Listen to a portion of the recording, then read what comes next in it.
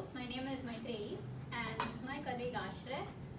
We are PhD students advised by Professor Giri in the Department of Electrical and Computer Engineering.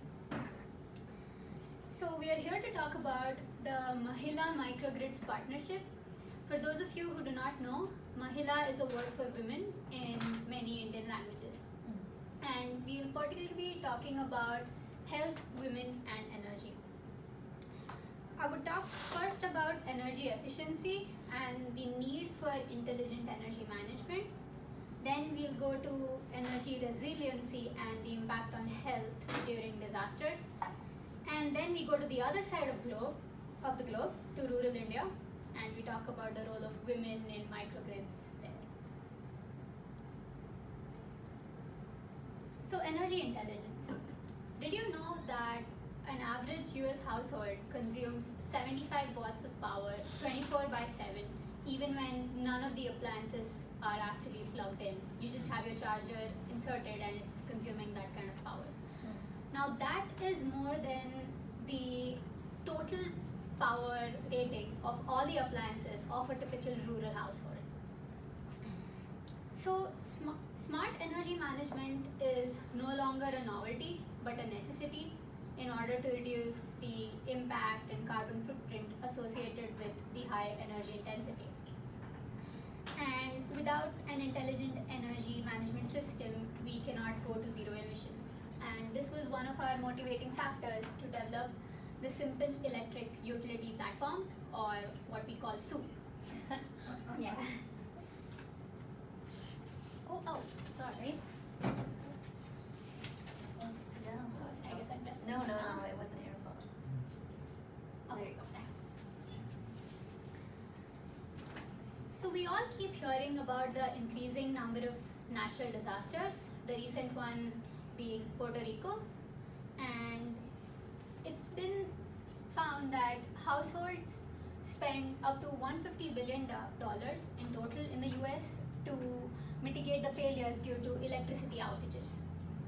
But more importantly, 2.5 million people in the US, including children, depend upon in-home electricity-powered medical equipment for their survival. And they are the ones who can get affected due to power outages during disasters. So our solution, the Emergency Energy Assurance Kit, you can see the picture there. It powers critical medical devices, CPAP machines, ventilators, and also lights, communication electronics, food and storage. And the best part about it is that it has metering and monitoring to ensure that these systems are up and running even during the disaster, and that's not when you open the box and figure out, hey, it's not working.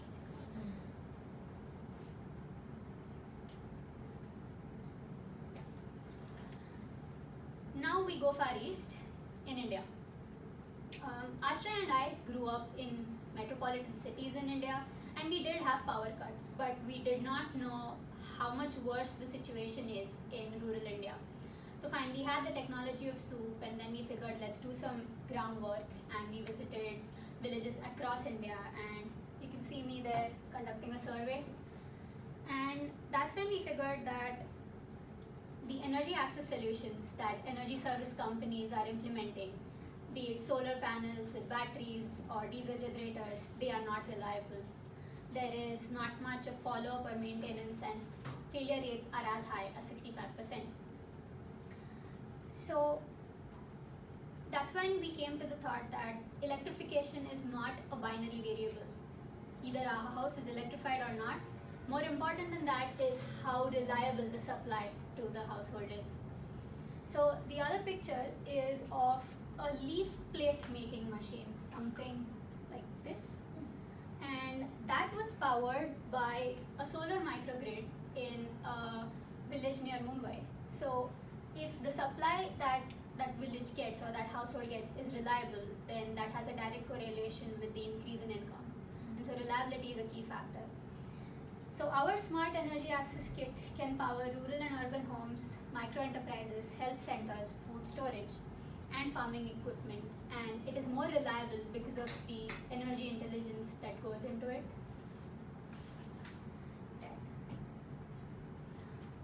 So we got the technological and the economic aspect of the whole scenario. And then we decided to visit successfully running solar microgrids in India. And that's when we figured that along with technological and economic aspects, there's a huge social aspect that goes into this complex process of electrification. So electrification is not just putting up a solar panel and a battery, but there is a huge complex process, and women can be involved at different multiple stages in this process. So you can see here that this is young Manisha sitting right there. She's showing me the documentation that she developed. She goes from house to house every month, noting down the electricity meter reading and makes collections. And her documentation notebooks can put any graduate student to shame. We don't document our experiments so well. And the one over here is Phulan Devi. She's like the grandmother of the village, and she was the one who was responsible for convincing all the households to be a part of a solar microgrid. Now we are trying to replicate this in a village in Bandipur in South India. That's Ashray conducting a survey with the grandmother of this village, Bombi. So we have the tech, and we believe that if Manisha can do it and Phulan Devi can do it, then why not Bombi? And electrification empowers women, and empowered women can empower the community, as was mentioned before. So along with the Mahila Microgrid Partnership and SOOP, we also have Energyan, which is an education platform based on SOOP for high school students, undergrad students, and even graduate students. And we also have a spin-off energy tech startup called Electrify, based on this platform. So how can you participate? As I said, it is the problem with electrification is just 50% technology, and we are in need of community engagement partners and people who have expertise in public health, social business development. We are already in discussions with, and there are ongoing efforts with 4W, and that's a new W, whereas we have partners in India like Make, Glow, CSRD, and Crest. So that's it. Thank you. And